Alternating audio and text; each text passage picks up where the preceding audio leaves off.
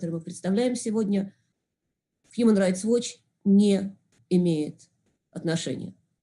Это доклад российских правозащитных организаций, что особенно важно.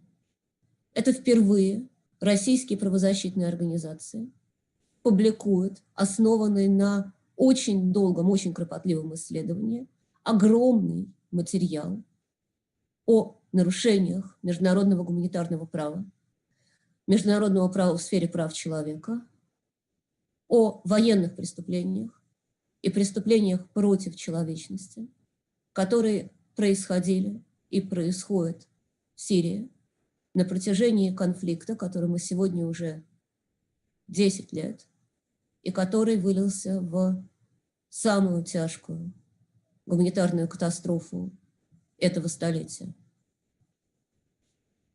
Россия участвует в сирийском конфликте непосредственно. Russia is directly participating in the Syrian conflict starting 2015. And that, unfortunately, the discussion about what is happening in Syria and how people die in Syria is barely covered in Russia. And there is not much public interest to this terrible human rights crisis and humanitarian crisis. Would like to hope that this effort by Russia's civil society organizations and human rights defenders, that this huge effort, that this report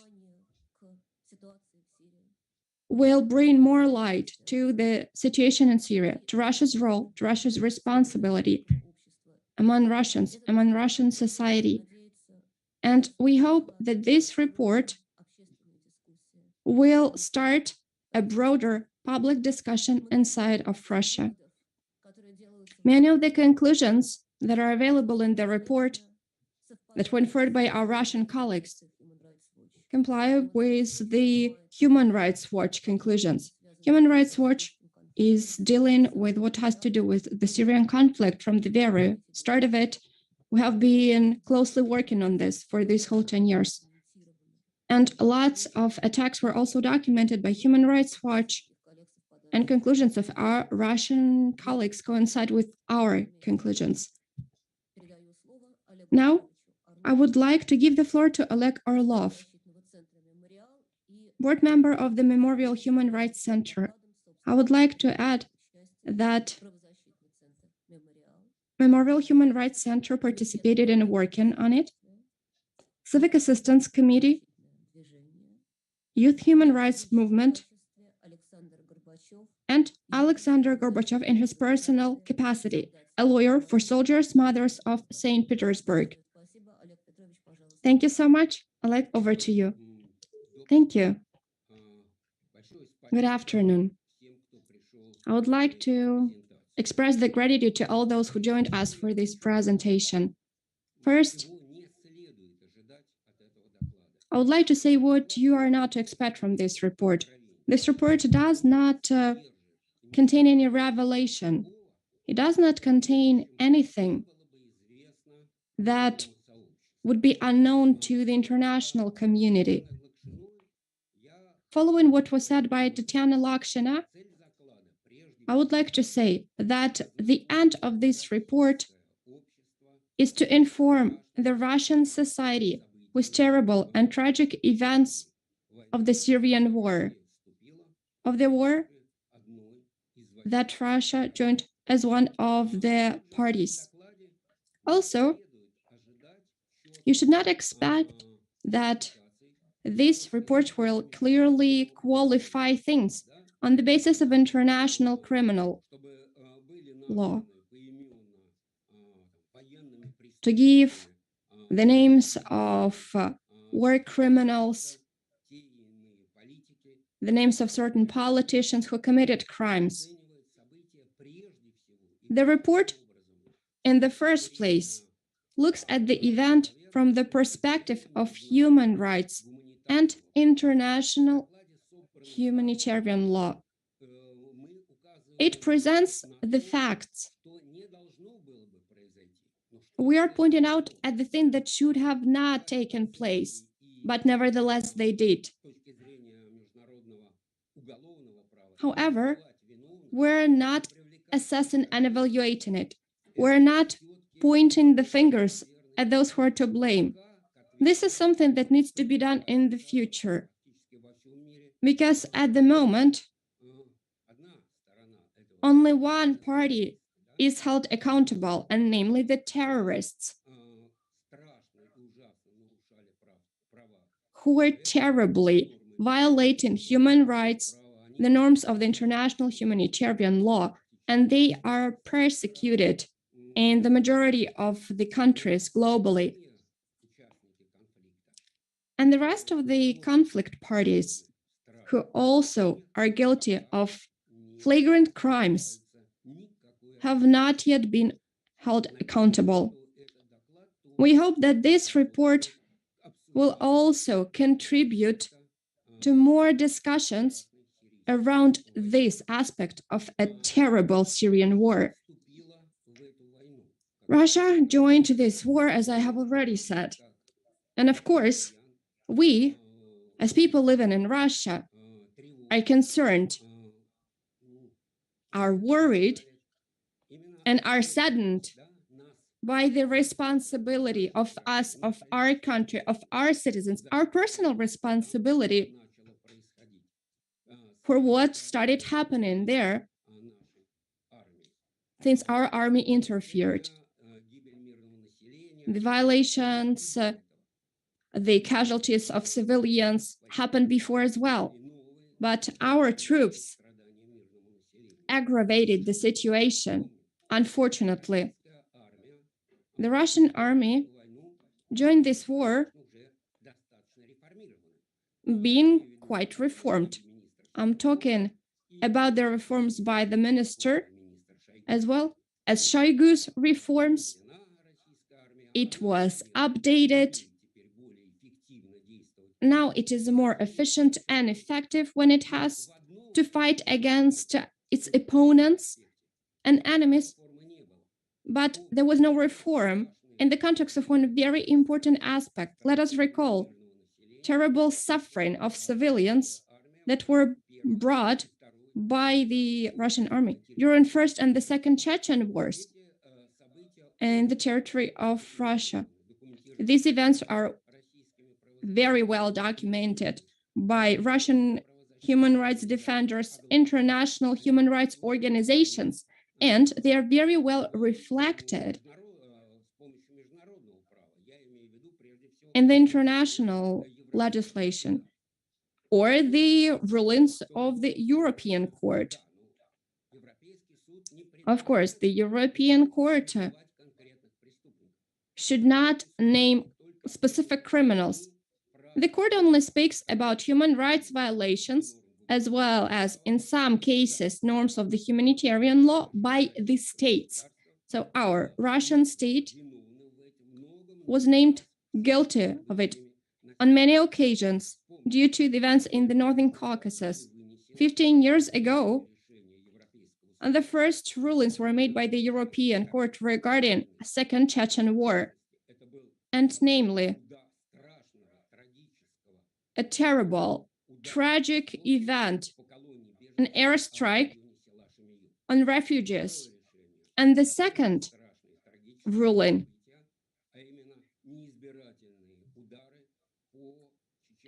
indiscriminatory attacks on Kataryok village. And the court rulings directly said that it is necessary to change the charters of the Russian armed forces, as well as training officers in the aspect of non-allowing attacking civilians, as well as indiscriminate weapon use and civil objects. Nothing has been done, though.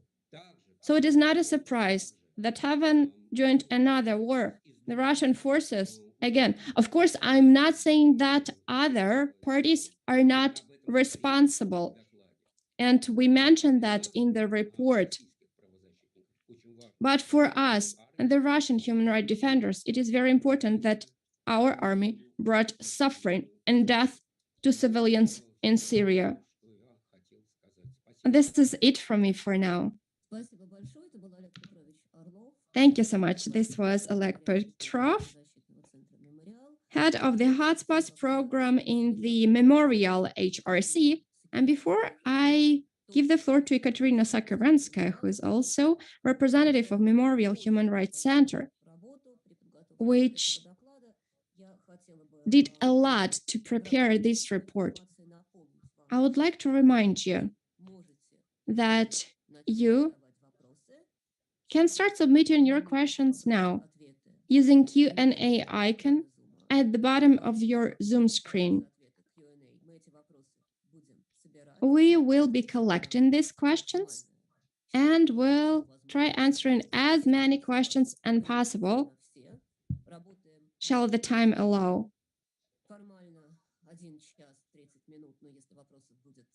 We have 1 hour, 30 minutes dedicated to our today's webinar, but if we have more questions, we can dedicate additional 15 minutes to answering your questions. I'd like to ask all those who are submitting their questions, please do not forget to introduce yourself because we will not be taking anonymously asked questions. And aside from the possibility to submit questions using Q&A, you can also submit your questions using commentary section on YouTube. And because our event is broadcasted both on Zoom and YouTube, there is also a video recording, so those who could not join us now will be able to watch the recorded event as it will be available online. Thank you once more. Now over to Ekaterina Sakharenskaya, member of the Memorial Human Rights Center, who will tell us about how this report was prepared, what was the methodology, how everything was carried out. And she will tell us about the main topics covered in the report. Over to you. Thank you so much, Tanya. Alex, we are very excited to present you what we've been working on for 2 years now.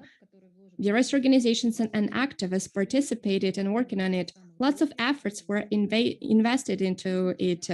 It was quite complex for all the organizations and activists for a number of reasons. Of course, first, there was a language barrier. Also, the fact that the conflict zone is remote and you cannot access it. There was not enough knowledge and understanding of this region among the group that was working on this report, specifically at the initial stage. The goal of the authors of the report was to study and analyze the situation with human rights violation and international humanitarian law during Syrian conflict for the Russian readers. The colleagues have already mentioned that March marks 10th anniversary of this conflict, and Russia joined it 5 years ago officially. It became one of the important external players that impact the situation.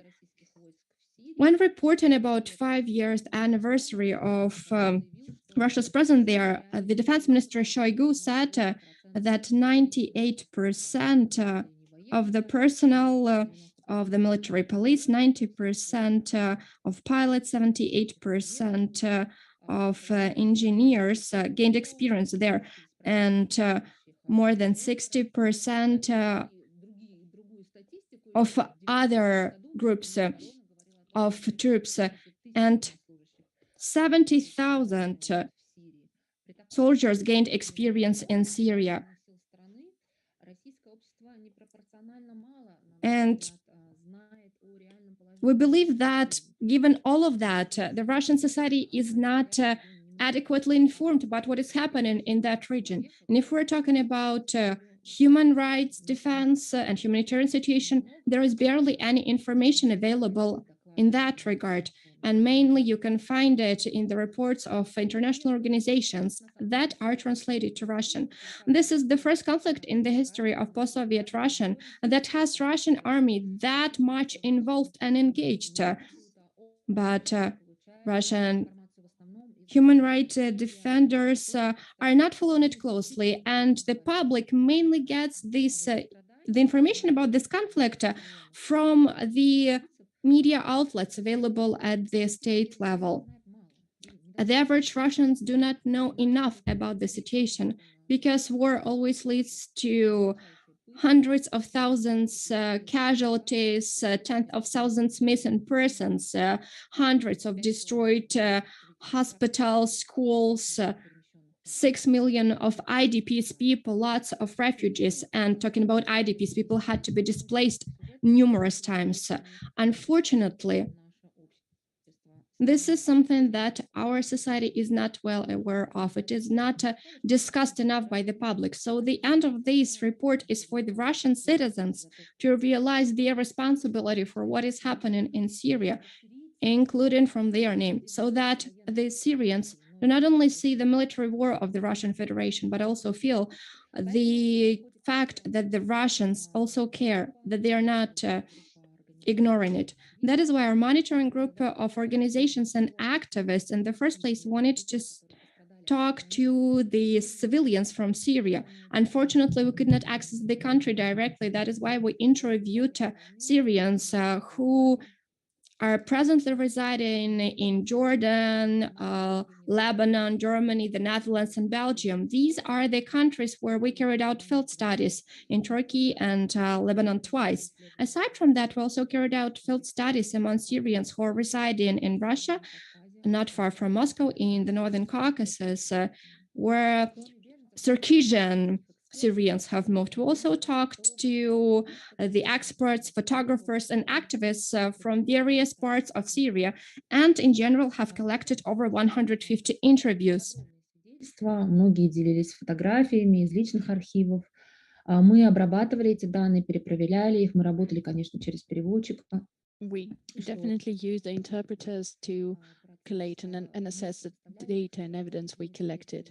We also cross-checked the data with other testimonies from similar areas. We also looked at analytical reports that were prepared by international human rights and humanitarian organizations, including the UN officers that have been working in Syria and writing about Syria for years. We used a lot of secondary sources, and you could ask why. Well, first, to verify claims and evidence. And we also want to give the readers a more comprehensive idea about the aspects of war that we couldn't study ourselves. Obviously, it's only one report, and it's over 200 pages, and this is still insufficient to cover all the facets of this complicated conflict. We couldn't fully cover the human rights violations committed by all parties. The evidence we collected is mostly centered on gross human rights and humanitarian law violations committed by the security agencies of the Syrian Republic, but also including the US-led coalitions, but also armed oppositional groups, including terrorist groups. So this is an extensive report. It spans over 200 pages. There are 3 parts to the report. Part 1 is the general analysis of gross human rights and humanitarian law violations. We look at the basic types of the violations, the role of different actors in committing these violations. We use a fair number of secondary sources, as I said. We explain the norms of humanitarian laws, but there are a lot of our own evidences and testimonies. And we look at arbitrary detention and forced disappearances, and also violations of international humanitarian laws, using prohibited weapons and sieges and hunger as methods of warfare.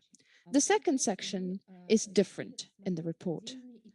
We looked at specific episodes and key points in the unfolding conflict.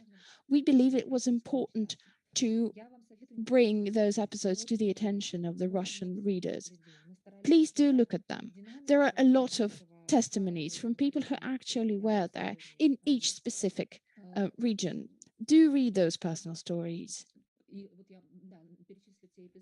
I'm just going to list the episodes that we analyzed. This is the Eastern Ghouta, Aleppo, Raqqa, Homs, Idlib, and Daraa.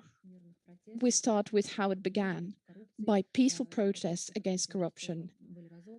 And after these very violent crackdowns, after the participants were cruelly tortured, even though they were young people, and sometimes they were subject to extrajudicial executions.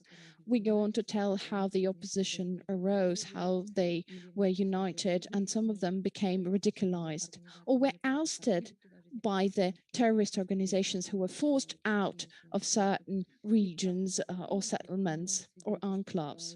So we'll list a lot of testimonies come from ordinary peaceful civilians living on these territories. We talk about forced displacement, and in some cases, most of the residents of those localities. We also talk about how these regions were recaptured and taken over. And for all of them, with the exception of Idlib, it was committed by the government forces. The third section focuses on the on Syrian refugees who live in Russia. And we will talk in greater details about it today. We'll look at the challenges of acquiring status, about how it is to live as a Syrian refugee in Russia, and we dedicated a separate story to Circassian Syrians who originally come from the western part of Northern Caucasus. Obviously, testimonies from ordinary Syrians are key. Those were very emotional testimonies. You would always hear a shocking story, a story of people burning tires to protect them from chemical attacks in Ghouta, how young people played in a performance under bombings in Aleppo, about inhumane, about pernicious treatment in Sidna prison, how doctors worked wonders without proper equipment and conditions, and how people tried to identify who was responsible for the airstrikes. We are very grateful to those who shared their stories with us and who had the trust in us. It was very difficult for people because they had to re-experience the horror of the day. Many people cried during the interview, and all of us together at times cried. It was very difficult. We had to take a short break and then to keep our work going. I also mentioned Chechnya. And for those human rights activists who worked in Chechnya, and they might recognize some of the violations that also took place in the Chechen Republic. Oleg also mentioned that. So I knew very little before I started this work about Syria. And one of the most shocking aspects was the sieges. The sieges of localities or certain neighborhoods within certain locality. These areas were isolated. So all the civilians had no access to food, to medicines, or to other emergency goods. Basically, this was the tactic to starve them. It was used by different parties, including Daesh or ISIS, that is banned in Russia, but it's mostly used by the Syrian government forces. And Siege Watch organization who looked at sieges, and 1.5 million Syrians are reported to have survived long-term sieges, and 500,000 were partially sieged, which amounts to 10% of Syria's population. And I'm just going to quote a young girl from a locality close to Damascus who was besieged. People panicked, and their condition is undescribable. The children were hungry like ghosts. People were hungry, they were starving. We came to the abandoned houses. We started looking at the rubbish dump. That was utterly devastating. You walk on the street and you see people, starved people, simply passing out. I remember people standing in front of the shops. They would stand and look at the pictures of food. They were just dreaming of food. We started eating cats and dogs. I ate a cat. Her name was Sophia. I will never, never forget this.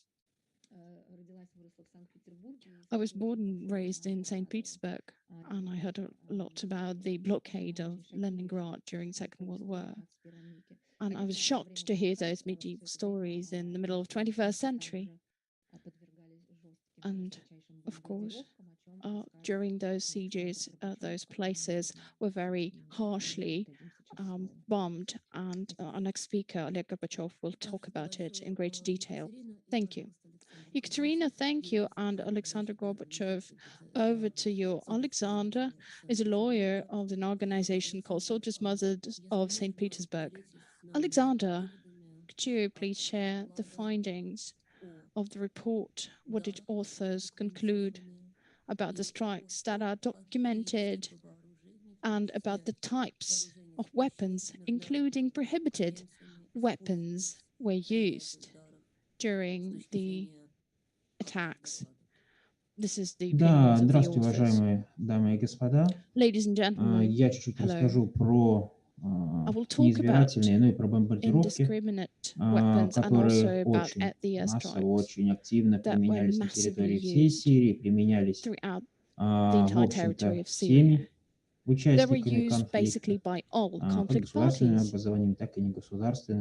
by both state В and нашем докладе non-state мы actors. анализируем основные This report analyzes разновидности the key нанесения types незаконных, по нашему of, мнению, ударов, as we believe, legal используя следующую attacks. терминологию. And this is the Это terminology that we неизбирательные use.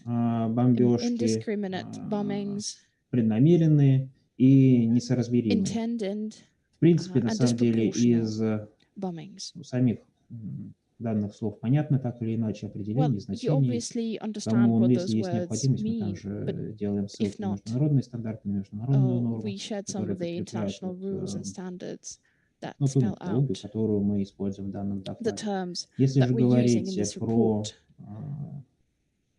вообще, в принципе, нарушения, As far которые мы as фиксировали, violations мы that we действительно опросили recorded are очень большое concerned, количество людей. В we принципе, interviewed все large свидетельские number of показания, people, в большей степени and all the коррелируют друг с другом testimonies и вот как бы converge more or less, позволили нам создать вот and такую вот четкую, were понятную the картину того, что basis for происходило. us to Конечно, да, paint a мы very не имели clear picture of what was возможности happening.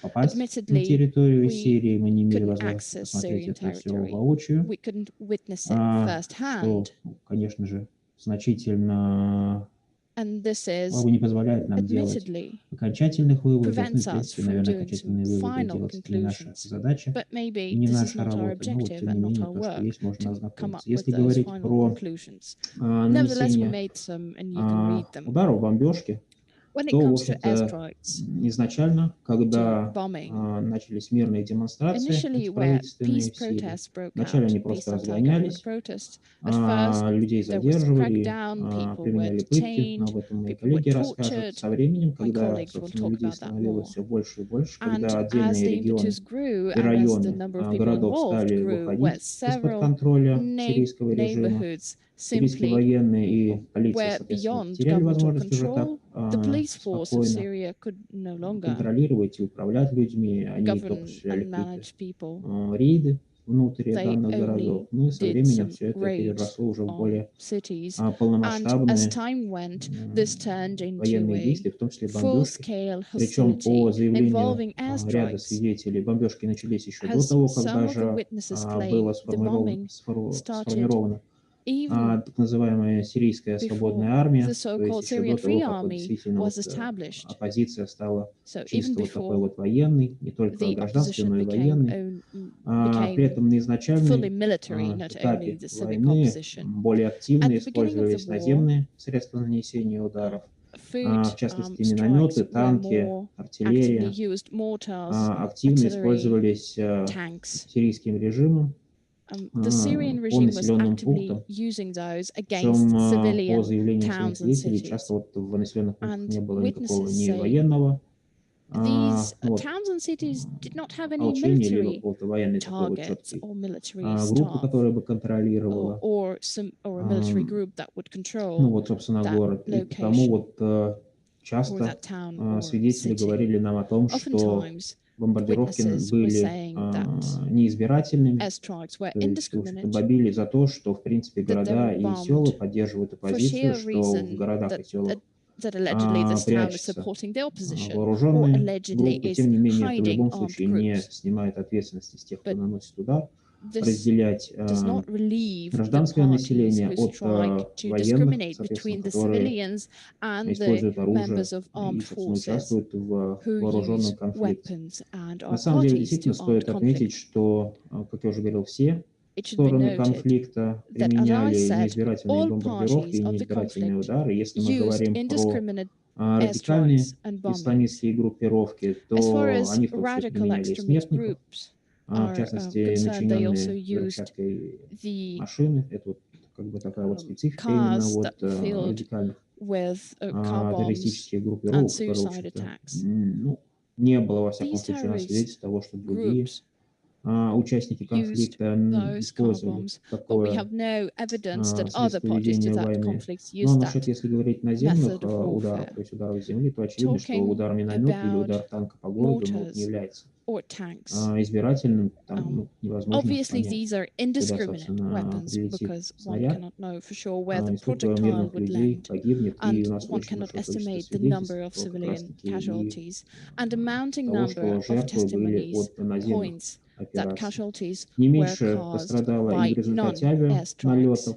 But airstrikes Они were тоже also начались devastating довольно быстро, скажем так, because they started после quite начала early конфликта. on as the conflict broke out. И изначально, конечно, в полном объеме удары наносились силами At сирийских воздушных It сил, was в том the числе и Syrian Air Force that вертолеты carried out the участвовали, strikes, вертолеты and they активно also used сбрасывали бочковые helicopters бомбы, которые тоже that actively вызывают очень used большие barrel вопросы, bombs, which causes потому что, собственно, они начинены взрывчаткой a lot и of поражающими элементами, различными devastation металлическими, because there гвоздями, are some nails or other металлическими metal острыми осколками. elements Очевидно, когда or sharp сбрасывается бочка на fragments. So when this населенный type пункт of или на barrel жилой квартал, is невозможно thrown on a понять, town куда or a neighborhood, попадут one does осколки. not know where the fragments Кстати, would к слову, стоит land. отметить, что многие свидетели And говорили, что бочковые it should бомбы be как раз-таки noted в силу that того, что there are они many testimonies неуправляемы, about barrel по сути bombs. своей, They особенно не said that they are использовались на линии фронта. То ungoverned есть они and were скорее not использовались в used on the тылу, front многие line. утверждали, They что were это rather целенаправленное было действие с used целью запугать, наказать behind the enemy жителей, которые lines. And поддерживают this is thought to be оппозиционные a силы. means of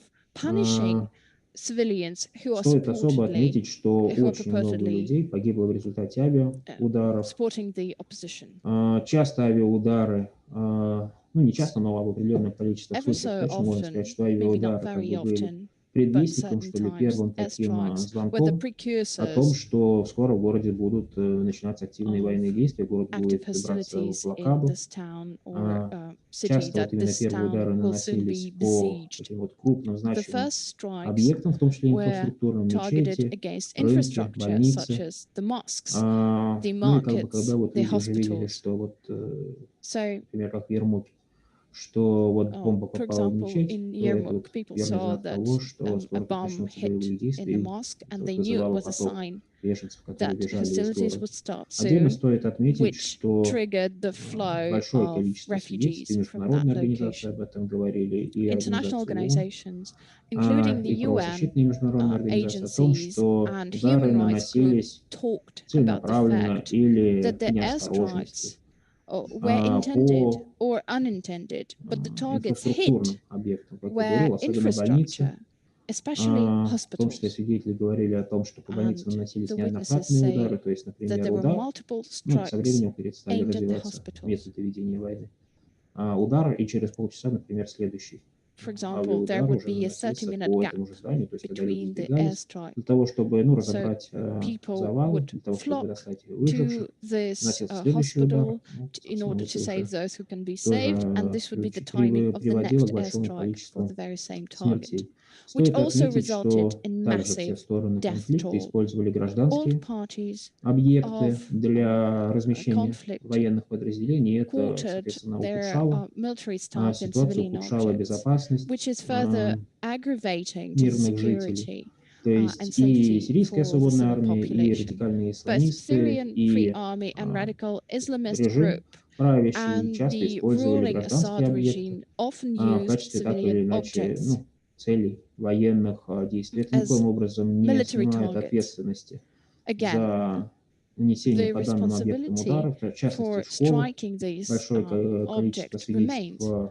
Организации Schools, Объединенных Наций по нанесению ударов по UN школам, в том числе и гибели agency детей, has collected где, a lot of evidence собственно, могли вместе с детьми that schools were находиться targeted because there, военные, together with the children, some of в том the числе обсуждающие свои combatants планы. И вот could be таким образом located их there. нахождение в этом So здании только приводило by к тому, using this что building погибли дети, то есть as это тоже point является существенным нарушением, повышает of степень опасности location of the troop для only further created danger for, обычных for людей. children Насчет who больниц were in тоже, that соответственно, school. медицинская помощь Same holds for оказывается всем, hospitals. вне Medical зависимости care is provided от to everyone, того, кто regardless этот человек, боевик, of who this мирный person житель. is. It's a rebel Потому, fighter соответственно, or много a ударов civilian, было по больницам, and a lot of больницы со временем, ну и airstrikes вся инфраструктура так или were иначе стала aimed уходить под at землю, the то есть hospitals. подвалы, And then people там, started на going нижние underground, этажи уже разрушенных домов, то есть чтобы просто было дополнительное just going in прикрытие, the часто приходилось basement их to переносить. provide additional cover Стоит from отметить, что в airstrikes. докладе также говорится Another про things to be запрещенные виды noted оружия, are the в prohibited частности кассетные weapons. бомбы. For example, После видео есть, кстати, the конфликт Сирии очень широко представлен на видеоматериалах, то есть это the такой cluster конфликт munitions. фактически в онлайн-режиме, количество видео самых разных There are зашкаливает lots of все videos, возможные границы.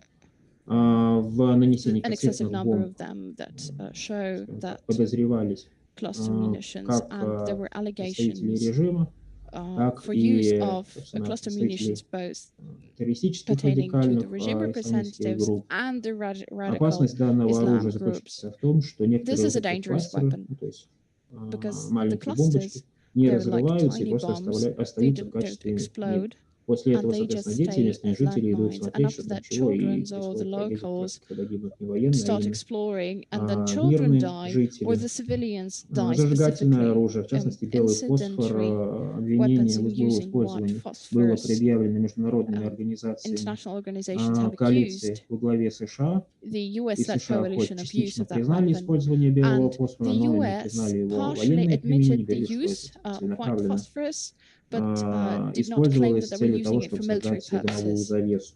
They were using it Особый allegedly to акцент create в the докладе smoke на covered. химическое оружие, Another accent зарин, and хлор, focus иприт, are chemical которые, weapons, собственно, sarin, использовались chlorine, тоже, обвинения and по sulfur использованию mustard. которых There предъявлялись were также и allegations of use of that радикальным weapons исламистам, в частности, aimed вот at the в radical использовании Islamist иприта group. все стороны конфликта обвиняли ИГИЛ, запрещенную For в России example, террористическую ISIS or организацию. Daesh, Но, a собственно, organization помимо banned in Russia, этого, was accused of зарин using и sulfur хлор, mustard, ну, but если про also зарин on говорить, top то of вот, that, sarin and chlorine. наверное, все мы слышали историю с We его have all probably heard a применением story of how sarin в was used Замальте. Кто in виноват в этом, Zamalka. разные стороны говорят по-разному. And various Соответственно, Сирия говорит, parties что are doing the это blame game, blaming others. Syria clearly says that оппозиционеры it is the применили, opposition to blame. международные The internationals, правозащитные организации the human rights говорят, ну и, defenders собственно, say, многие другие говорят о том, что and именно many это режим others применил, say в том that it числе is по the Организации запрещенных химического government оружия, есть так или иначе regime косвенное that used it, тому подтверждение, хотя вот ее деятельность, even though chemical вообще weapons are деятельность международных prohibited. органов на территории And the Сирии, work of international режим сделал organizations in the сейчас territory of Syria существенные ограничения, то есть по факту is very ограничить much их въезд и restricted. возможность работать It is на very difficult for them территории to enter the territory страны. and to На operate in вещах, the конечно же, territory которые of the будут тоже country. основаны на косвенных, так That или is why иначе lots of признаках. their Хотя вот, inferences например, are also когда based on secondary иприт information. использовался when you use террористическими организациями, sulfur в mustard, принципе, when the государство terrorist именно organizations used сотрудничало sulfur с mustard, the Syrian международными regime was организациями. very actively Стоит reporting отметить, about it to the что international с 2015 года, с момента organizations. I'd like to вступления mention that starting in Российской Федерации 2015, в since the конфликт, Russian Federation joined the conflict, атаки воздушные, как правило, the наносились airstrikes, совместно as a российско-сирийскими rule, were силами. done jointly И тут by довольно сложно Russia уже and Syria, определить, and it's quite difficult, therefore, to кто detect конкретно наносил какой and удар. identify who Хотя вот благодаря вот is системе responsible for наземного this or that наблюдения у сирийцев есть airstrike, такое интересное even приложение, которое though позволяет they have a very как бы interesting мобильным app in телефоном, Syria и они вот просто for a передают, mobile откуда phone вылетел самолет, и прослеживают, куда that он allows you летит. to see where Вот, the вот собственно, plane на took основании off этого and они, where it конечно же, flew. делают некоторые So based on предположения, that, и механизмы, it то can be есть controlled. институты ООН тоже So some of the говорили UN о agencies причастности have mentioned Российской that Федерации к the Russian нанесению Federation is involved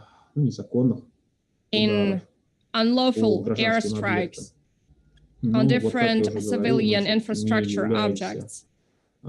следственным But as I органом, have у already нас mentioned, недостаточно информации делать выводы, но it is not the investigative body. о том, что And при ведении военных действий nevertheless, we still было have a lot совершено of множество, accounts колоссальное which количество demonstrate that неизбирательных, during armed hostilities, несоразмерных there were lots и, of возможно, преднамеренных атак. disproportionate and discriminate Не attacks. буду, наверное, больше отрывать время, потому что мое время I'm not истекло. going to take more of your Если time because у my time уважаемых is up. участников возникают вопросы, с радостью на них If you have отвечу. any questions regarding this, I will answer them with pleasure.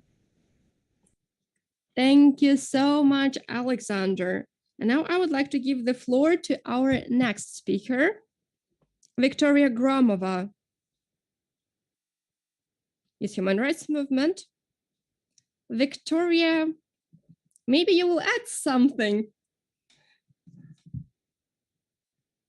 Yeah, I will now move on to the next topic. Good afternoon. I would like to move on with presenting our report, another topic which also is quite heavy, a topic that is related to the enforced disappearance of people, torture, and detention. It is very important to mention that all these things, torture, illegal detention, is not something that came up together with war. Many of our witnesses said that this is something that was used by the Syrian government to fight those who disagreed with the regime. And it was the huge repression machine. That is why one of the reasons of the mass protests in 2011 was that people started to go missing. People were detained and they were tortured.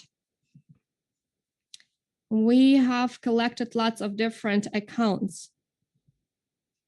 We had lots of eyewitnesses who were telling us about what they have lived through in different detention centers and told about their family members who are still considered to be missing.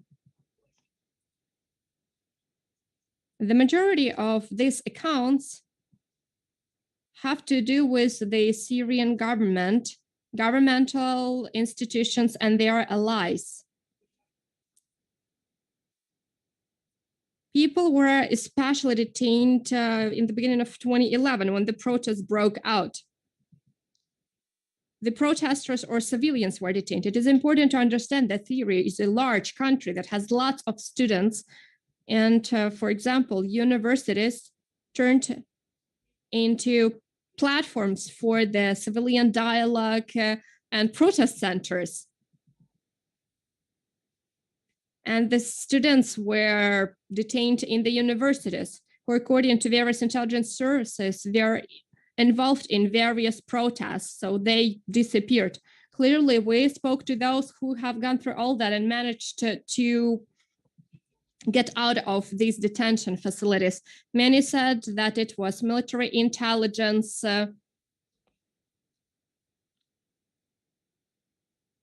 that they have been to various detention centers that were controlled by the chief security institutions and agencies. There were lots of various tortures. People who have heard about torture are aware that it happens in Russia and other countries. The Syrian methods of working with those people who are dissidents were quite hardline. And the imprisonment conditions were terrible. Lots of people died as a result of being detained. Our witnesses told us that they could have stayed for a month in a 5 per 5 meters cell with 30 to 100 people. So people physically for hours and days had to stand in the prison cells. Talking about the food, it is another important thing because the majority of detainees were starved. One of the ladies told us that in one of the Damascus prisons, men would get 1 potato per several persons. I'm giving you these examples for you to better understand what people came across when they were detained in those facilities. Torture, terrible beatings, terrible treatment is something that was happening on the regularly basis, almost every single day in the majority of detention centers. Our interviews were talking about various places. For example, Signaya prison, that is considered to be a prison for political detainees, where various political dissidents are being brought to, and those who are considered to be the supporters of various terrorist organizations and entities. And this is a prison that many generations of Syrians went through. And we have met with those people who told us that they have been to that prison in the 90s and their family members were detained there in 2000s during this war, which shocked me. And the thing that shocked me even more than that is that they were describing exactly same tortures. So this torture system has been existing for decades in Syria. And it also all these tortures were also used during the recent armed conflict. The majority of our interviewees, of course, were talking about detention facilities in Syria. Of course, we have partially also collected data about other groups that were involved in the conflict, because torture, unlawful detention, and an attempt to release civilians to pay ransoms was something that was used by the majority of parties to the conflict. And civilians found themselves entrapped and could easily be detained in prisons or detention facilities belonging to various entities and various groups. One more thing that I would like to emphasize is violence and abuse, which was mainly regularly beatings. Several of our interviewees mentioned that they regularly were invited to a dark room and were beaten up without any questions asked. They were beaten up very severely. And one of the girls said that sometimes they were pulled back to their cell by the hair.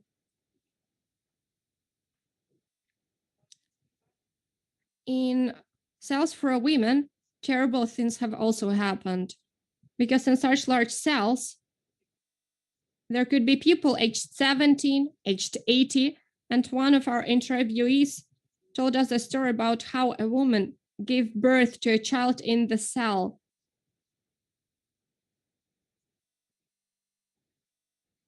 About lots of tortures.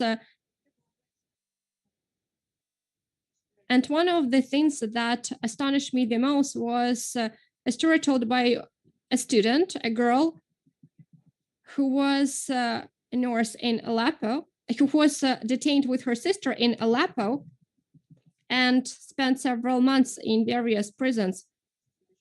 She started it by the following: "Hello, I am a person who was supposed to be executed. And this girl looked so sweet to me. I was shocked. She was caught by the military intelligence. It was the territory controlled by the Syrian government. She and her sister were in a prison. She had gone through lots of various terrible torture. And one day the guards told her that they are taking her to execute her. Her eyes were blindfolded, and for 6 hours she was brought someplace. As you understand, the story ended well because she was not executed. Actually, she was taken to the Damascus prison. And the Damascus prison, her family managed to pay a ransom. Ransom is also a very important aspect in the context of the war. Lots of our interviewees were talking to us simply because their families managed to pay the money to release their family members from prisons while those were still alive. Still, we came across lots of people who consider their family members missing, who, when telling their story, said that they were given money to various entities to release their family members. It was quite a widespread phenomenon on both territories that are under the control of the Syrian government, as well as on the territories that are controlled by Abad al-Nusra or ISIS. And one more thing, which I deem important for this part of the presentation, is that the majority of people who cannot find their family members now continue searching them, even though lots of interviewees and refugees, it is quite a scary and complicated procedure. When looking for those who are detained or those who are considered to be missing over the last 10 years, there were various important milestones. First, it still is difficult, even despite the fact that there are lots of various organizations that are trying to calculate the number of people who have gone missing or have disappeared. The total numbers are various. It's very difficult to calculate this type of information, and many international organizations still do not have access to Syria. So now we can talk about 90 to 130,000 missing persons total. The majority of these people have gone missing starting 2010 till 2021. But when the de-escalation zones were introduced and the Syrian government and international diplomats said about possible withdrawal from the conflict and establishing de-escalation zones, the number of such detainments has dropped tremendously. But even those people who were detained in the recent years are considered to be missing as well. In July 2018, thanks to, as far as I understand, active negotiations with Syrian government, more information became available regarding what has been happening with the detainees in 2010, 2011, and 2012. And people started receiving the messages, the certificate that are issued by the Syrian government, which mainly inform that such and such person has died of a heart attack. But in reality, there are lots of evidence proven that these were violent deaths. I think that this is it from me for now, and I would like to give floor to the next speaker. Victoria, thank you so much. And now I would like to leave the floor to Svetlana Ganushkina, Civic Assistance Committee. Svetlana will tell us about what is Syrian refugees in Russia, what challenges they came across, and what Russian human rights organizations have managed to do to assist and aid them, and what was the reaction of the Russian government at this wave of refugees coming from Syria. Svetlana, over to you. Thank you, Tanya. I'd like to spread the gratitude to all of those who are interested in this topic. To organizations that I work with, the Memorial Human Rights Center and Civic Assistance Committee, in the framework of Memorial Human Rights Center, we're providing legal aid to the refugees in various parts of Russia. Among them, in the recent years, Syrian refugees.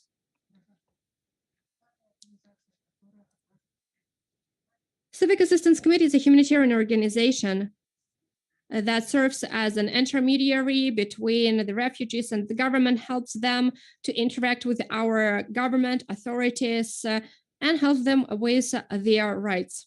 I would like to point out that aside from the interviews collected outside of Russian Federation, we were also interviewing people currently residing in the Russian Federation. We still see more and more refugees coming as the armed hostilities are ongoing in Syria. And we have spoken to people who have survived through everything that my colleagues and co-authors were talking about. So we have learned all those stories from them directly. Talking about the legal situation. What does a person need who had to defect from their country, who cannot live there anymore, who is threatened, whose family is threatened? First of all, the legal field matters. Before that, Syrians also came to Russia. They came mainly as work migrants, and they would not come to our organization a lot. But since the armed hostilities broke out, they could not go back to Syria to renew their Russian visa, come and work again on the one hand. On the other hand, they brought their families with them because they couldn't leave their families behind in a deadly danger. That is why this wave became much larger. At the same time, our government was not simply not recognizing them as asylum seekers. There were lots of decisions made about sending them back for the violation of immigration legislation. We have the Article 18.8, and if the person violates the rules, even though they apply for the asylum seeker, sometimes they didn't know that they have to do that and didn't do that timely. But still, it was clear that they have found themselves in the situation according to which they are considered to be the refugees in accordance with the UN Convention 1951 and the legislation in the Russian Federation. Sometimes they were refused so quickly that they were sent back right away. And several dozens of people, in fact, were sent back to Syria. Some people were hosted by Turkey. Turkey has already accepted millions of Syrians, and it was a major assistance to the people of Syria. In November 2017, the European Human Rights Court made a signature verdict on Syrian cases, where for every case they would say that any extortion is illegal. This is in breach of Article 3 of the Convention, which is a ban on torture and inhumane treatment. After that, to some extent, there was a decrease in the number of people who were sent back, but still asylum was not provided for them. As far as humanitarian component, definitely the Syrians were in a very difficult position. People mostly came to work on garment factories. They were founded by fellow Syrians, but some of them could have by that time Russian nationality. But many people lost their jobs, and these garment factories could not accommodate for all people who came, and therefore it was very difficult for them. We tried to support them financially to the best extent that we could. And it should be said, we tried to encourage our citizens to help Ukrainian refugees.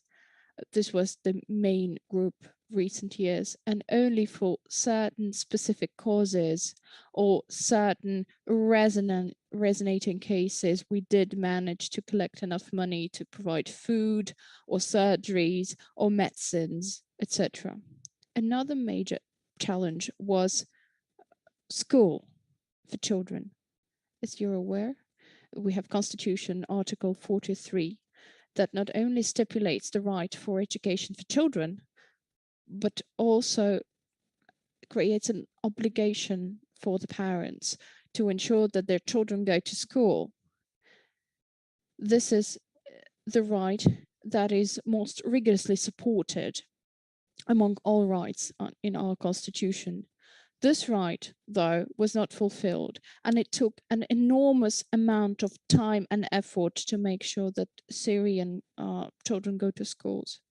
Some of the Syrian girls went as far as to the Supreme Court. She had to go to court to make sure that she would be accepted to the school and enrolled. But this is an ongoing struggle to make sure that constitutional provisions are upheld by our educational institutions.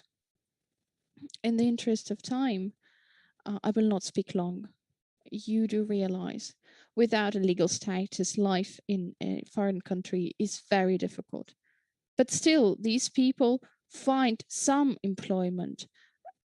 Obviously, they are threatened because they could be subject to administrative fines, because they could be affected by the legislation as violating labor code.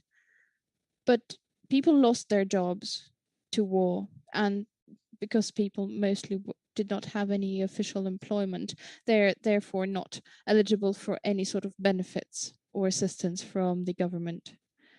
This is a very difficult situation, and this is ongoing. So I would like to raise the awareness of our civic society to what is happening as a result of this war.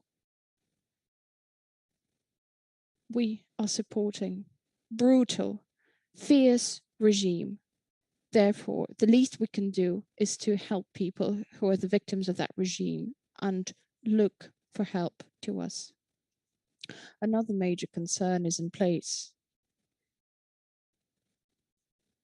Now, new decisions are made to expel refugees, which means that we allegedly think that things are quiet now in Syria, so we can send people back there. And again, new lawsuits to European courts will follow. We can't really be sure that these verdicts would be enforced if these verdicts are made. So current data. This is the Ministry of the Interior data. We're using the official statistics. There are 13,000 Syrian citizens who are in a part of administrative law. 13,000 is a minute number for Russia. Turkey has accepted millions, then 13,000 can't be true. There are lots of unofficial figures. These figures could be twice that number. Russia might as well have provided asylum for them and assist them by at least giving them a right to be legally employed. Having said that, there are two people who have the status of refugees. Who are those people? I don't know. They never went to us. We never helped them. In 2020, the second status of the so-called temporary asylum was given to a little less than 600 people. And this is the maximum for the recent years. And after 1 year, at the beginning of 2021, there are 359 people having that status of temporary asylum seekers.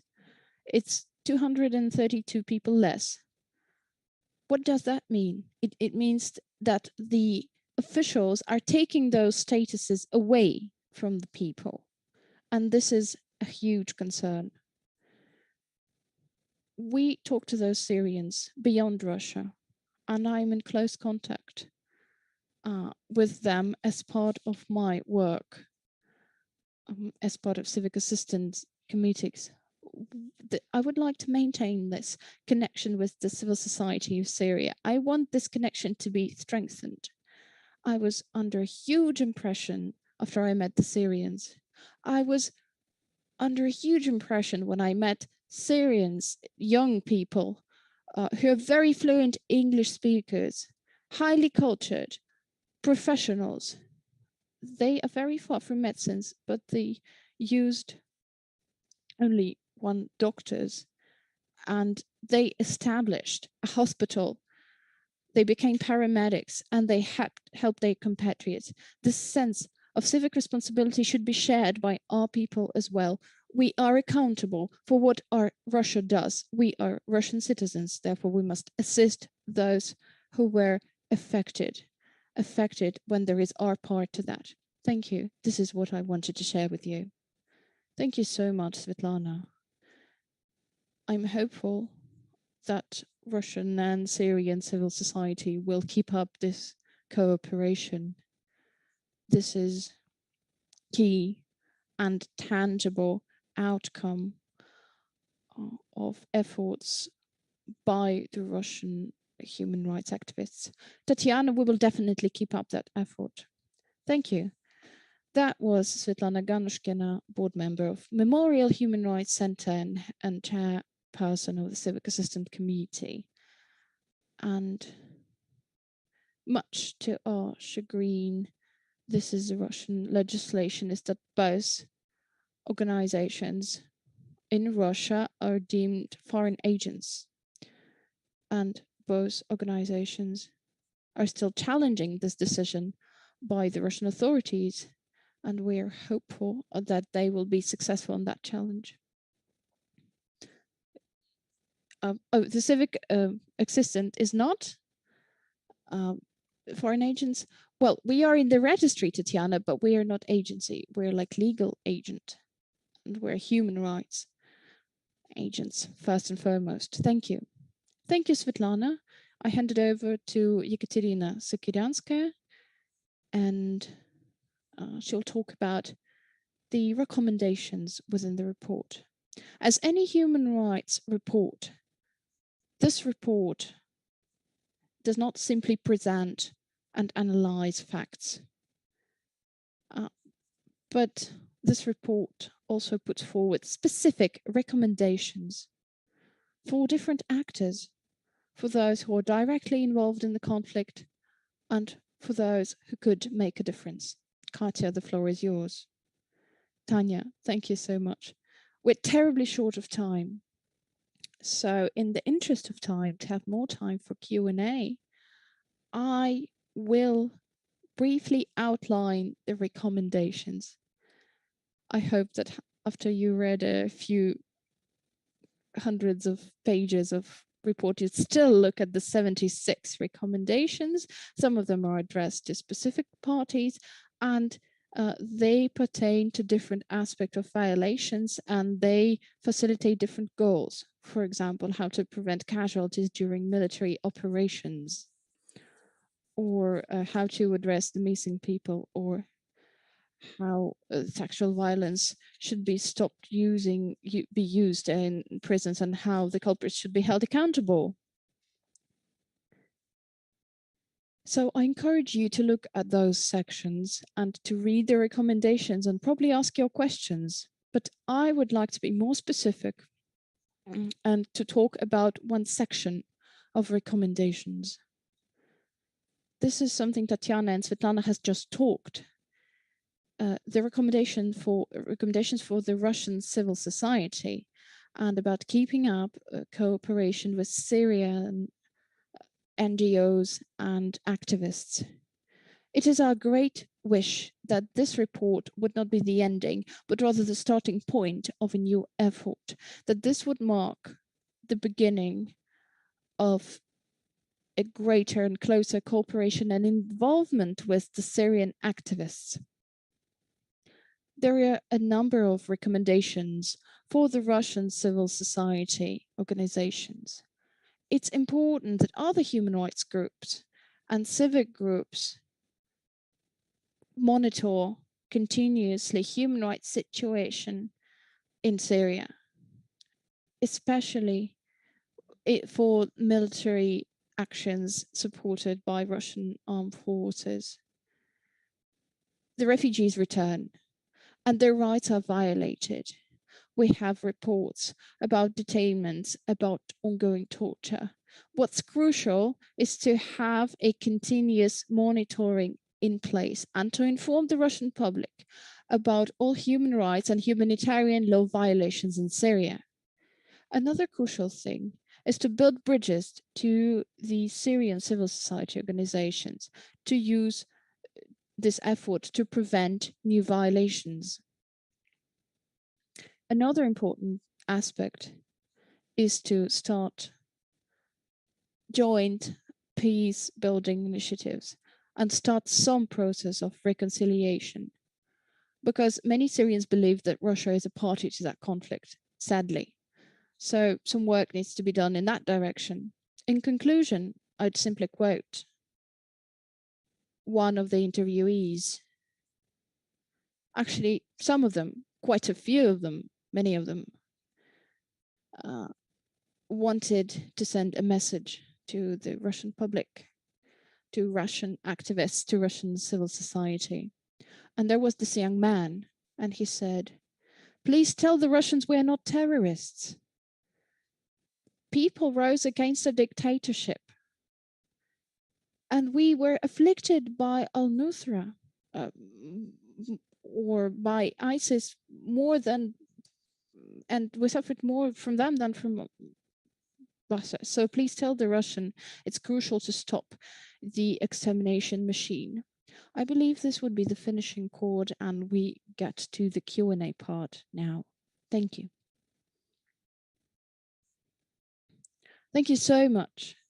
Thank you to every speaker. And fortunately, we talked a lot about the connections that are forged between the Russian and Syrian civil society. And that's crucial. And I probably should have said it at the very beginning, but I want to say it now.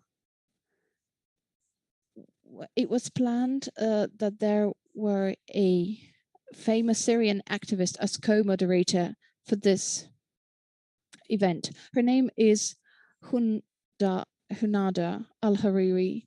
Much to our regret, she fell ill basically on the eve of this event and she couldn't join us. But actually, it would only be fitting to have both Russian and Arabic languages live broadcasted here. We regret that this happened. We wish Hunada speedy recovery, and we hope this is the first, but by no means the last, similar event on this topic. And we hope that Hunada's voice will be broadcasted live on the Memorial Human Rights channel. So I suggest we go to the Q&A section now. We collected your questions that were posted on YouTube chat and on Zoom chat as well. I'm going to read them now.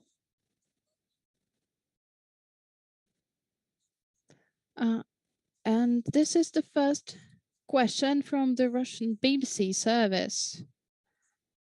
And it's about the mercenaries, about the private military company Wagner, about the involvement of mercenaries from this company in Syrian conflict. Has this issue been looked into? Is this covered in the report? Who would like to take that question?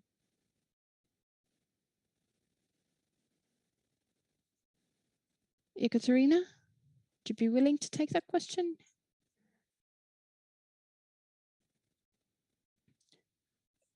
we did not look into the role of private military company Wagner in Syria. That was not the task. As I said initially, there was no way we could cover all the facets of that conflict and all actors. We extensively used the evidence that we managed to collect. We did ask this question to the interviewees, but private military company Wagner never surfaced in their replies. By no means, we do not deny their role, or we don't want to decry their role, but it's just that this is not covered as part of our report. We hope that this is the first report of its kind, but by no means the last. So we encourage our colleagues to explore that issue further. Ekaterina, thank you. Another question from Wagner comes from the Kavkazский Uzel organization.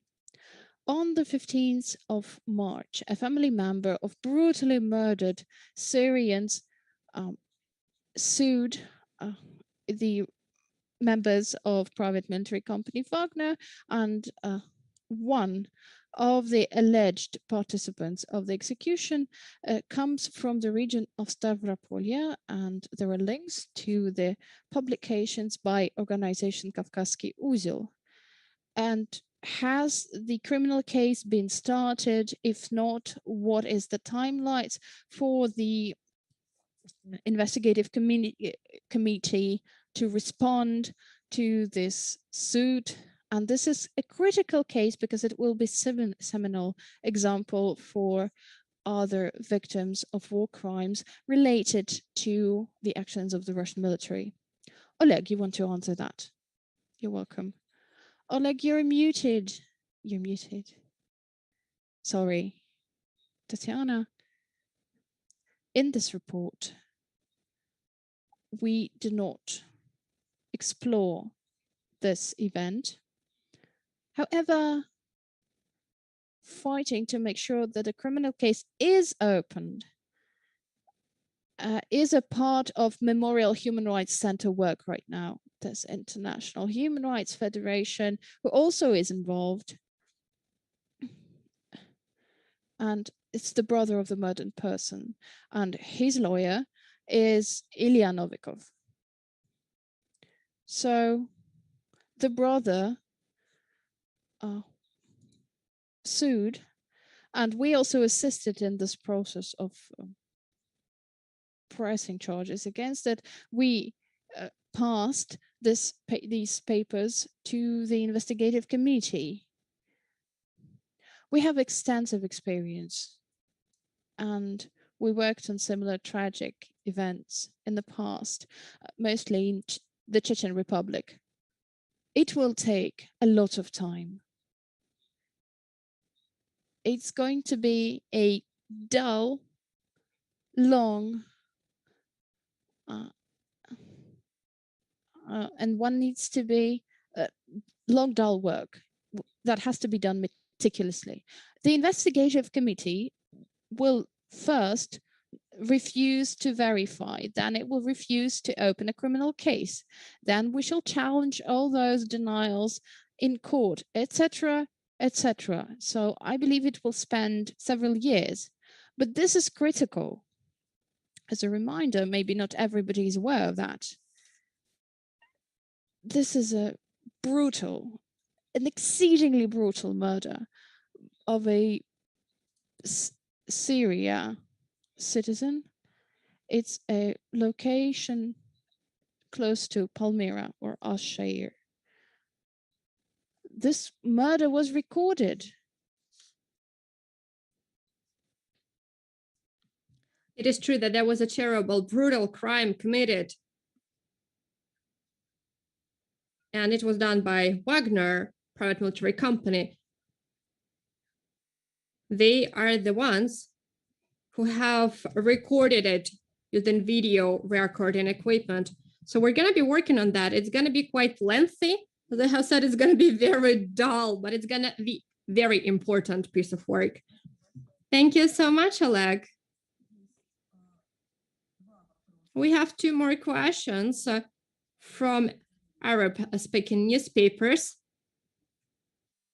I'm sorry in case I pronounce the names not exactly correctly because I do not speak Arab. Enab Baladi newspaper wonders, will anything change? Can anything change if Russians learn about what has been happening for all these years in Syria? What is the role of the Russian government and authorities in the conflict?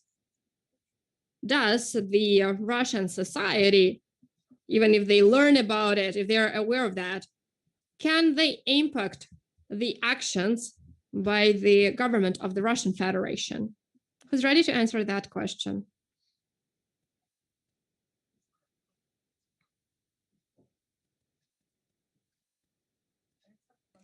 So, Alexander, Да, unmute включил, yourself. вроде я руку поднял.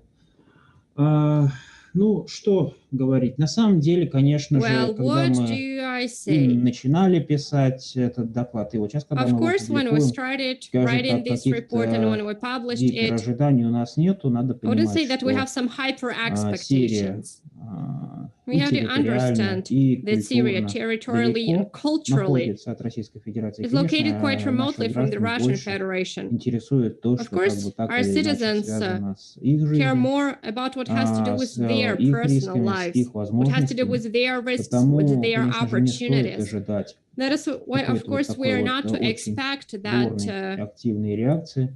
При that этом there мы will понимаем, be что some определенная active часть reaction. жителей России, Nevertheless, we прочитав understand that наш certain доклад share и of короткое people содержание, haven't кстати, read эту our презентацию, report более and the полно executive будут понимать, summary, что haven't watched происходило и today's webinar, происходит will have a better на understanding территории of what is Сирии. Особенно мы happening надеемся, and what конечно, в том числе и happened in на the territory молодое of подрастающее Syria. поколение, And которое especially еще we не hope that потеряло more attention will be paid to веру this в topic by справедливость, the younger generation какие-то вот такие that вот still believes in не justice. занурился у них взгляд на жизненную ситуацию.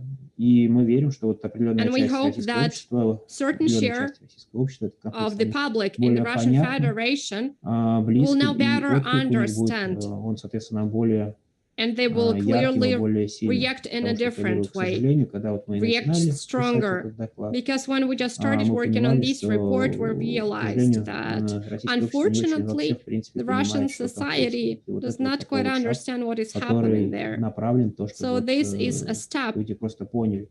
Ну а потом, that когда is они aimed поняли, они at начнут people gaining задаваться the вопросы, understanding. And when they ну и уже начнется understand, дискуссия, которая вот так they или иначе, will хочется верить, start приведет discussing нас к it, истине. talking about it, and hopefully that will help us find out the truth. Thank you, Alexander. Does anybody else want to comment on this question? Oleg, over to you. I think that my perspective is more better. Friends, before that, we had a war that has been lasting for years in Russia. And in that case, the Russian society was quite well informed about the events happening during two Chechen wars. So what? Did people react properly at the war happening in the territory of the Russian Federation? They did react, but they didn't react in a proper way. It didn't converge with all of the atrocities that happened in those wars. So we are doing our best, and we'll see what comes out of it. But our job is to inform people, raise awareness. I'm afraid that there will be not much reaction coming from the public. Thank you. And one more question from Almadan newspaper. By the way, the questions that are submitted in Arab language are forwarded to me in English, then I translate them to Russian. So if anything is lost in translation, I would like to say to all those who are listening to us in their Arabic language, please forgive us for that. But I hope that I have managed to convey it properly in Russian.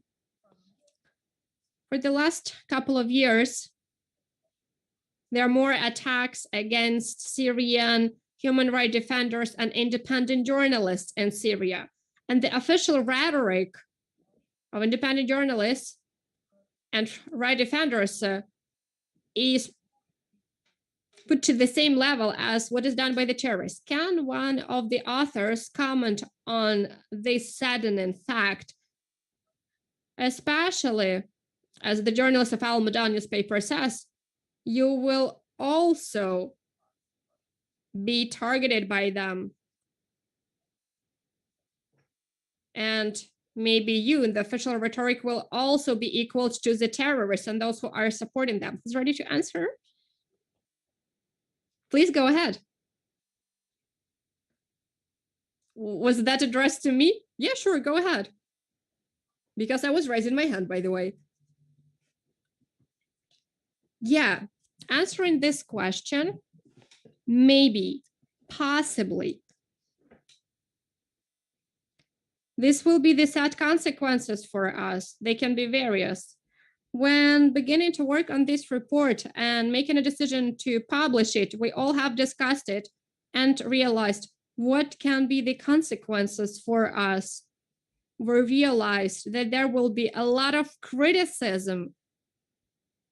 We can already see it on YouTube and the commentary.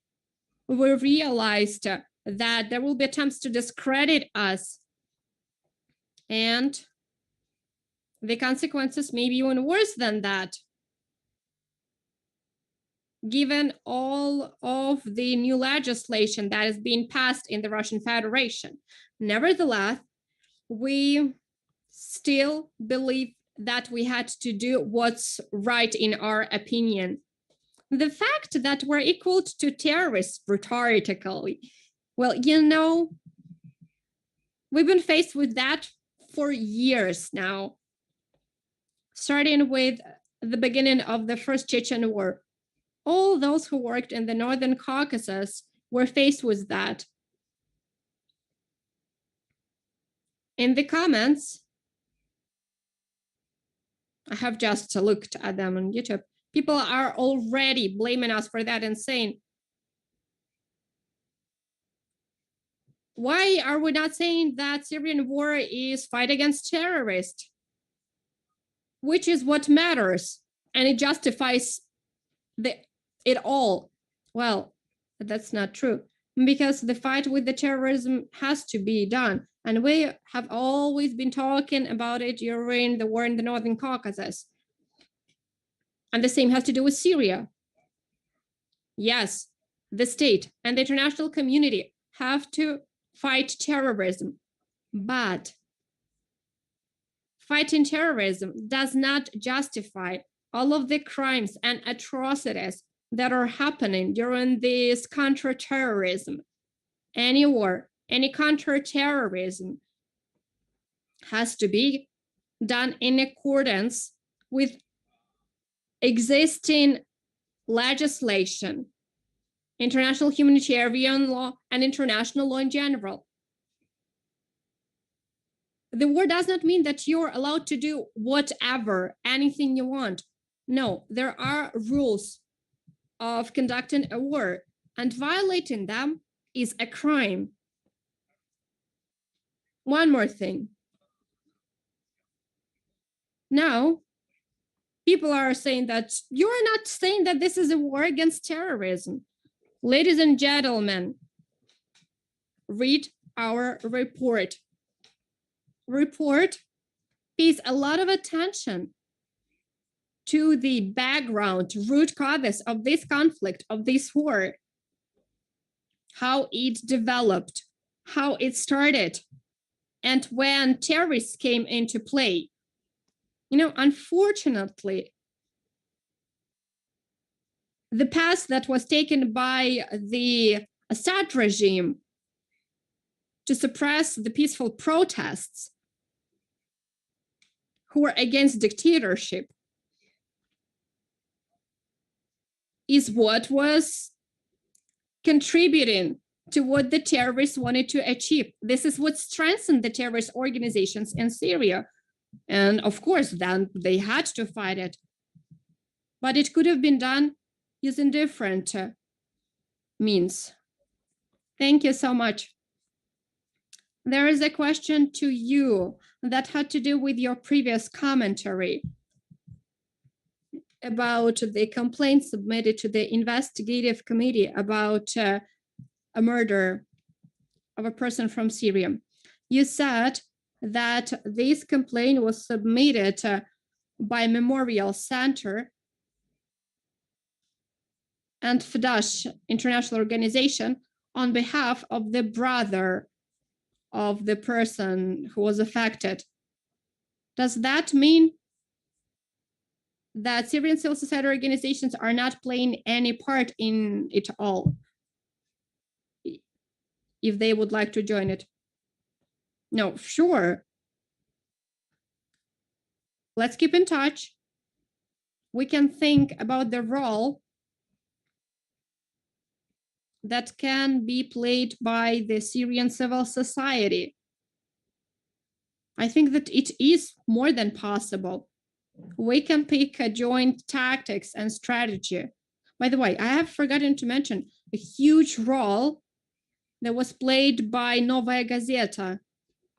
Novaya Gazeta outlet carried out their own investigation of this grave crime, and all of the data collected from Novaya Gazeta newspaper is also now used for our interaction with, if we can call it like that, the investigative committee. Two more questions from Kavkazsky Uzel. One of them about the armed underground in the Northern Caucasus. What was the impact of the Syrian conflict to the armed underground in the Caucasus? Maybe some of the militants came back to Caucasus from Syria. And did they return? And did it have any impact on the situation in that region? And one more question that has to do with sending military police from the Northern Caucasus to Syria, from Chechnya and Ingushetia, mainly Muslim regions. And in your opinion, how did it contribute to the attitude of Russian military towards the local population? So the first question is about the armed underground in the Northern Caucasus. Who's ready to answer that? I keep talking and keep talking. Maybe Katya or somebody else would like to take that question. How about you go first and then I'll add? Sure.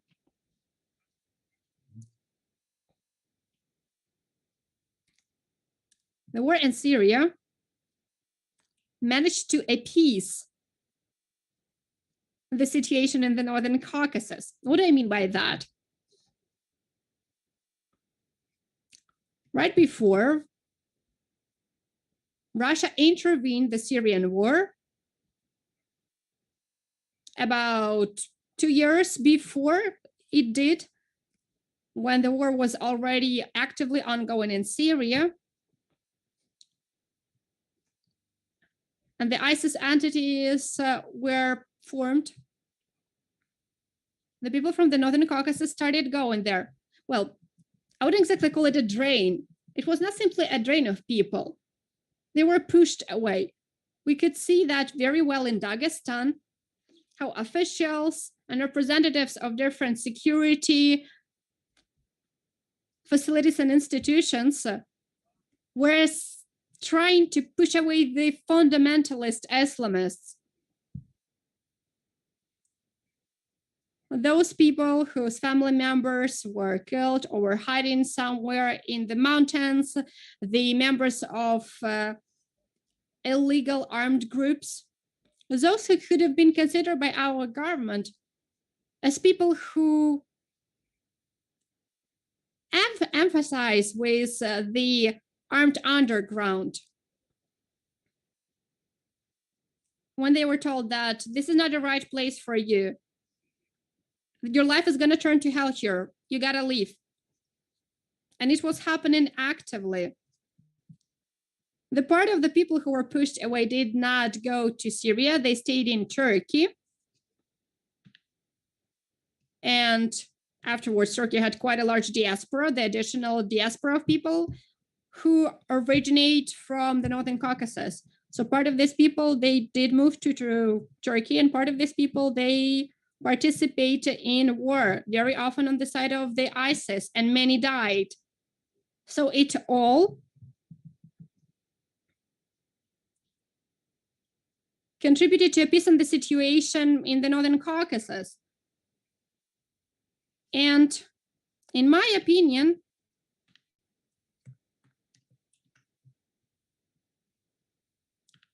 among those who were killed, there is a group of militants led by Vitukayev.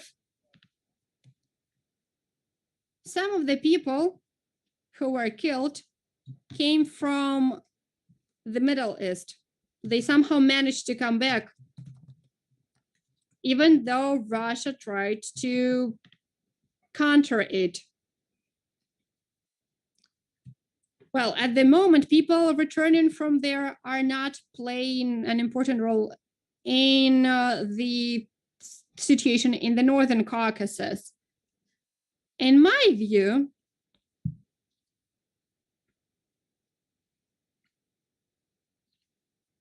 sending military police to Syria that consists of the people from different Chechen groups that are de facto controlled by Kadyrov mainly had a positive impact. We haven't heard of any negative information about their interaction with the civilians. When mainly Muslims were trying to control order in the neighborhoods where Muslims resided, it was a good thing. Katya, do you have anything to add? I'd like to also make a quick comment. Unlike Wagner Group, the Chechen who came as a part of the military police were mentioned. Our interviewees mentioned them, said that they talked to them. I remember one man who was living in Ghouta together with people from the armed opposition forces. He said that when they were living there, were checked several times, taken out of the buses, and some of them were Chechen, some of them spoke Arabic. They had quite a lengthy conversation that the Chechens were saying, why are you acting against your government? Do you see what has your country turned to? It is all in ruins. We also had a similar situation, but now things have changed for better. He said that they've been having quite a lengthy dialogue and in the end even agreed upon some things.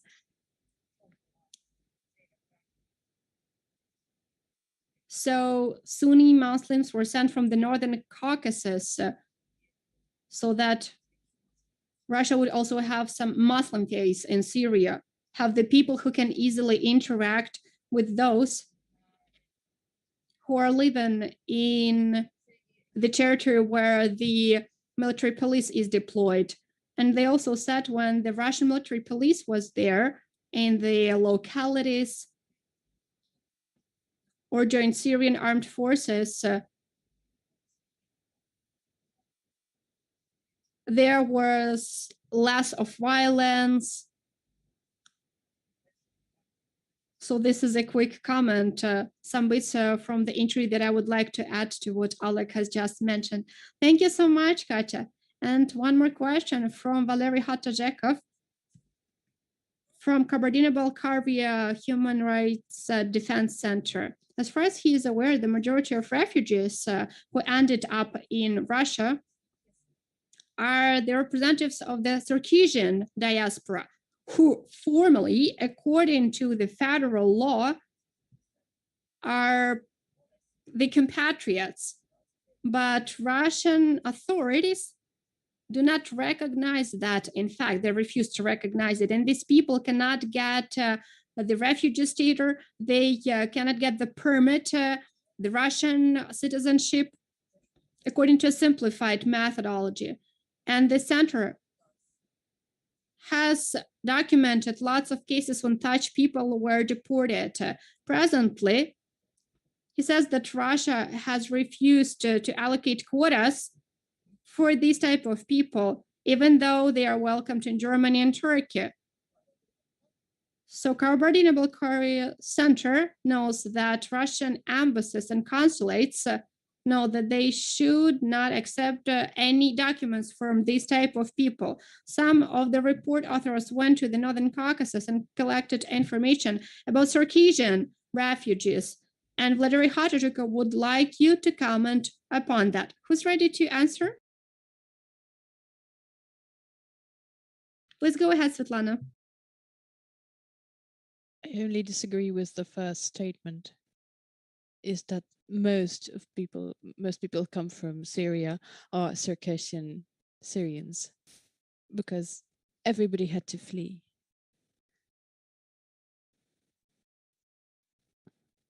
There are two small diaspora, comparatively small, in Noginsk and in Lysyno-Petrovsk, and we know very little about them. But when the hostilities started, the family and friends arrived here in Russia, so their number expanded. So Mr. Hatajukov is probably talking about them. But this means nothing. It doesn't really matter whether there are more of them or less. But people who have roots in the Russian Federation, and Russia should have accepted them, but they're treated same as others, basically. I believe that a great number of people in Caucasus have been legalized compared to the rest. But this doesn't make life easier for those who were not accepted. You know, in Northern Caucasus, they were somehow accepted. But if you look at official stats in other regions, none were accepted. Because very few people could actually have the permits. Well, obviously, the Circassians should have been accepted because they are compatriots. They speak one of the languages of the peoples of the Russian Federation and have cultural ties. There was no instruction like that. I don't know if there was an instruction not to accept them, but there was definitely no instruction to accept documents from them and to accept those people in general. Thank you. Thank you, Svetlana. And Alexander Gorbachev also wanted to add to Да, that question. уважаемые дамы и господа, я прежде всего хотел добавить Ladies то, and gentlemen, что first and когда мы были foremost, на Северном Кавказе, I wanted to say that мы when we видели were действительно то in вот the Northern объединение Caucasus, людей, вот именно we обычные люди saw how people were очень united. хорошо Ordinary объединились, citizens, очень сплотились по поводу этой there was беды. strong Вот именно social помощь на cohesion, Северном Кавказе and беженцам they were оказывалась, ну, из brought числа, together собственно, and обычных assisted людей в большей deliberately степени. Хотя и местные to the власти, конечно же, refugees. наверное, да, It более was mostly done by лояльно ordinary смотрели citizens, на but the local беженцев, чем в authorities Москве. Но were вот это, more честно говоря, loyal to the социальные темы refugees compared to what лучше happened понять. in Но действительно Moscow. хотел бы обратить внимание, But I что would like to многие note черкесы, that many Circassians, ну, это те, кто бежал от войны, those who escaped от war, войны в XIX веке, которая those велась who между escaped the war черкесами in и the 19th Российской century, империей. Многие, that которые war были was выданы waged Турции по between the договору Circassians между and the Russian Российской империей и Empire. Турцией. И, And there конечно, was a так или treaty иначе, они все between равно Turkey and поддерживали Russian связь со Empire. своей, ну, Obviously, родиной, those со своей, как бы, Circassians исторической родиной. maintained ties Потому, когда вот with сейчас their началась historical motherland. война, и сейчас, когда идет And война, now, when в the Сирии war многие из broke них out действительно обратили внимание in и Syria, хотели, и хотят many of them вернуться и looked to стать and опять would гражданами like России, to уже come новой back and России, to не become the Российской империи, не citizens Советского Союза, of вот новой России, Russia, надеясь not the Russian найти Empire, в not the ней USSR, but the new защиту и Russia. новую, And they look новую to Russia старую for protection and to родину. find the Но вот, к сожалению, new действительно or очень old серьезные motherland. препоны делаются Unfortunately, they face фактически, да, и вот very мало significant курсов для hurdles обучения русского языка для тех, кто плохо, because very например, little effort владеет. is done Фактически это for только them to добровольные learn инициативы Russian. на Basically, местах this is on такую voluntary деятельность basis. оказывают. Есть проблемы с оформлением And документов, there's problem with the серьезные documents as проблемы. well. Тому And it's a проблем вот significant именно у challenge черкесов with в them. России, And specifically беженцев for Circassian черкесов из Сирии refugees очень много, in Russians, and they face a и о них надо multitude говорить. of challenges. And you need to talk about those challenges. Alexander, thank you. We have a question from French language Lebanon newspapers, Avenant Le Jour, and I'm interpreting from English into Russian. What about the Russian organizations? Why did you decide to work on this survey? Why did you decide to look into Russian violations in Syria? Why is it so important to you as the Russian organizations? So how would you evaluate Russian public opinion? How would the Russians evaluate Russian intervention in Syria? Are there any changes in the Russian public opinion, whether it's supported or looked down upon, starting from 2015? Can you think of any statistics in that respect? Also, do you think that comparing Syria to Chechnya, comparing Aleppo to the city of Grozny, is it even relevant? Do you really think it is? Do you think this is in line with what is actually happening? And whether this comparison is significant for the public opinion? And finally, what are the key challenges in your mind in the task of trying to raise public awareness in Russia to the vis-a-vis the situation in Syria? I was thinking maybe one of the panelists could give brief answers to all those closely connected questions. Anyone willing? Svetlana, please. Your microphone. I did not raise my hand, Tatiana. Oh, sorry, there's a technical glitch then. Who would like to take this question? Is anybody willing to answer that, colleagues? Ekaterina. I'll try to answer briefly. Levada Center did a survey and opinion polls in 2019. Over 55% of Russians wanted Russia to stop participating in the Syrian war. Be advised that in 2009, as early as 2009, this subject was not covered as main at all. And in 2017, where Russian troops withdrawal from Syria was announced, it was an important event and it was supported. This was one of the key events during that year as it was covered by the media. So war is not popular with the Russian citizens. We know the amount of support with the situation in the Crimea. It was not war, but still. And we know the Georgian case. But this is a conflict that's situated far away from Russians. People have few emotional connections. It's very obscure financially. So the Russian public is highly unlikely to support that. But still, as I said, this war is presented only in terms of fighting international terrorism. Any TV coverage would only feature these operations against ISIS and all our armed group are represented as terrorist groups. But the other part of that coverage is a humanitarian assistance provided by Russia to the Syrians. The demining efforts, the infrastructure rebuilding, the assistance by the military doctors. What people see on the screen is a beautiful humanitarian mission on one side, and on the other side, it's a very valiant military mission to exterminate terrorists. So this is how this war is perceived. It's something that must be done, but it's not popular with the people because they don't have a very good idea of why that's the case. What were the rest of the questions? Tanya, could you remind me, please? I'll try to look them up in the chat. Whether the comparison to Chechnya is relevant. Obviously, these are very different stories. well, Chechnya is an internal Russian conflict. But for us as human rights defenders, of course,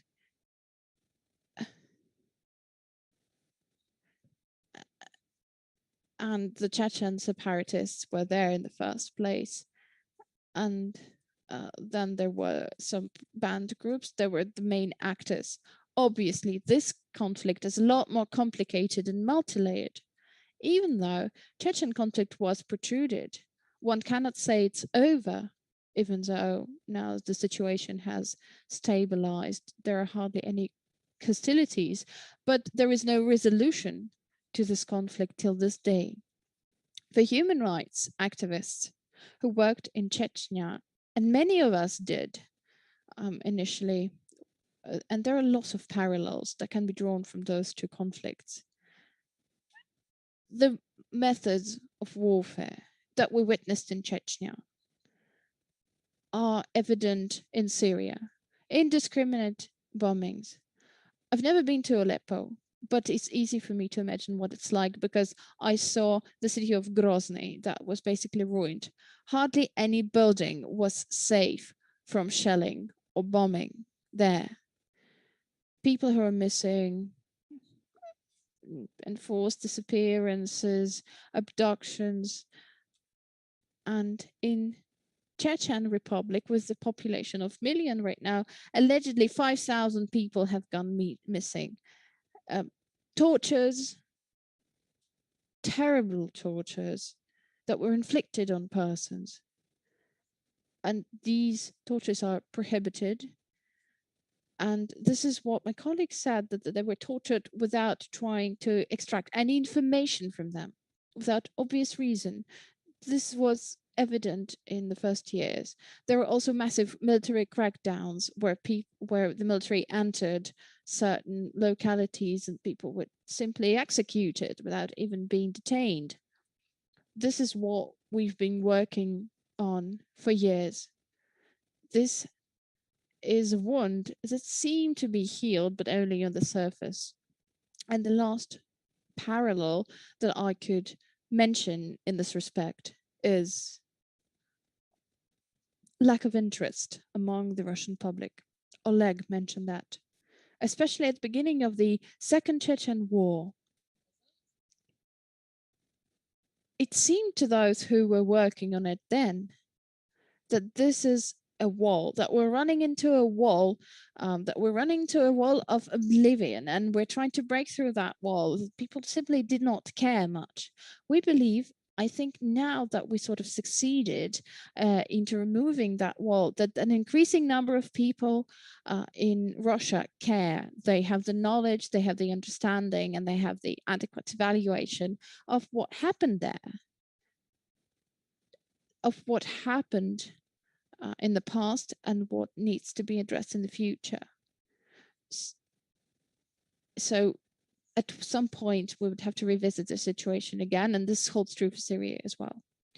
Thank you so much, Katerina.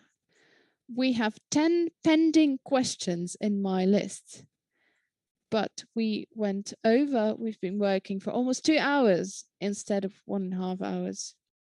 So I believe I will select one final questions, because basically 5 people from the audience are sort of asking the same question using different language. Can a report written by people who have never been to Syria and did not conduct fieldwork there, can it even be realistic? Can it be impartial? Can the conclusions made on the basis of interviewed refugees who have long not dwelled in Syria be impartial? So basically, some of the audience members doubt your impartiality. Would you respond? How would you respond to that? Svetlana, the floor is yours. You're welcome.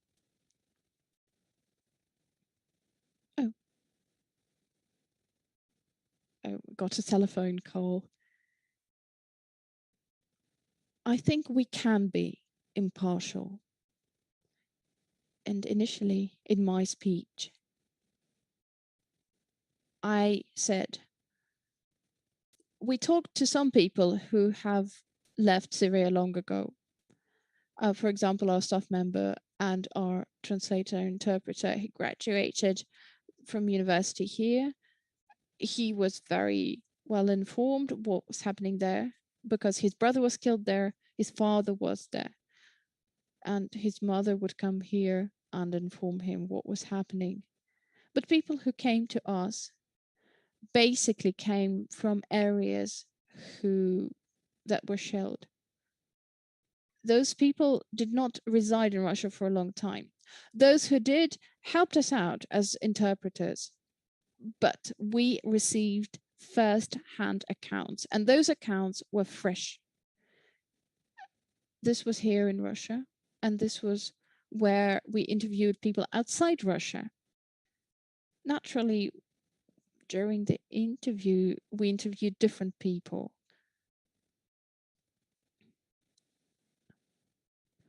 And then we check whether their accounts converge, and we make some conclusions on that basis.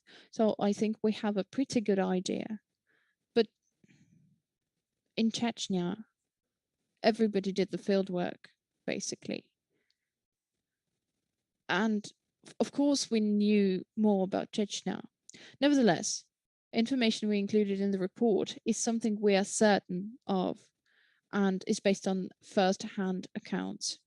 Thank you, Svetlana. Victoria, you wanted to add something? Yes, there is a number of points. And I agree with what Svetlana said about the refugees. There are some key points. We did a big number of interviews, but on top of that, we meticulously analyzed all existing international reports about different events. And the information included in the report was only evidence that could be corroborated.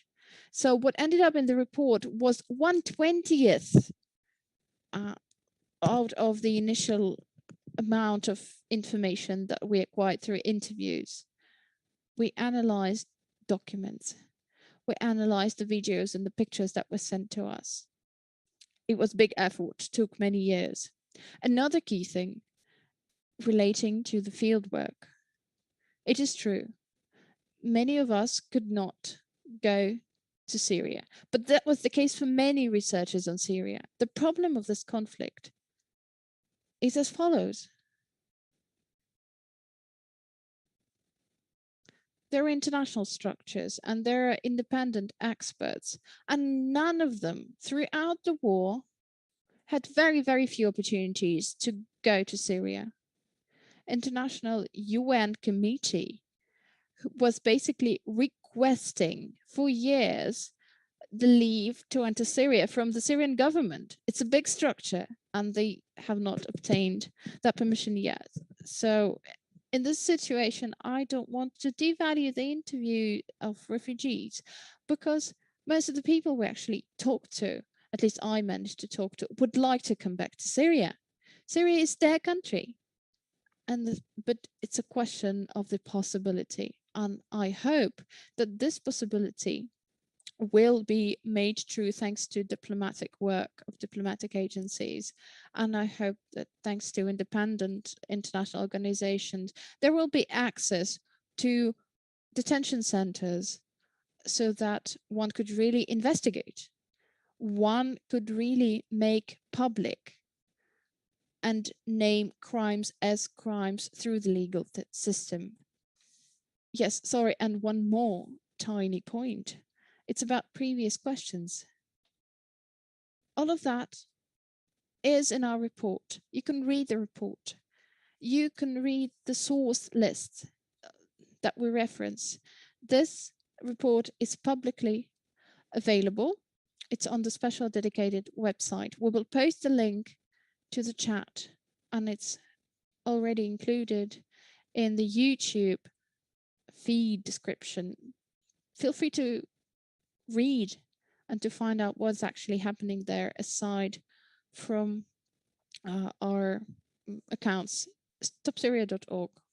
Thank you.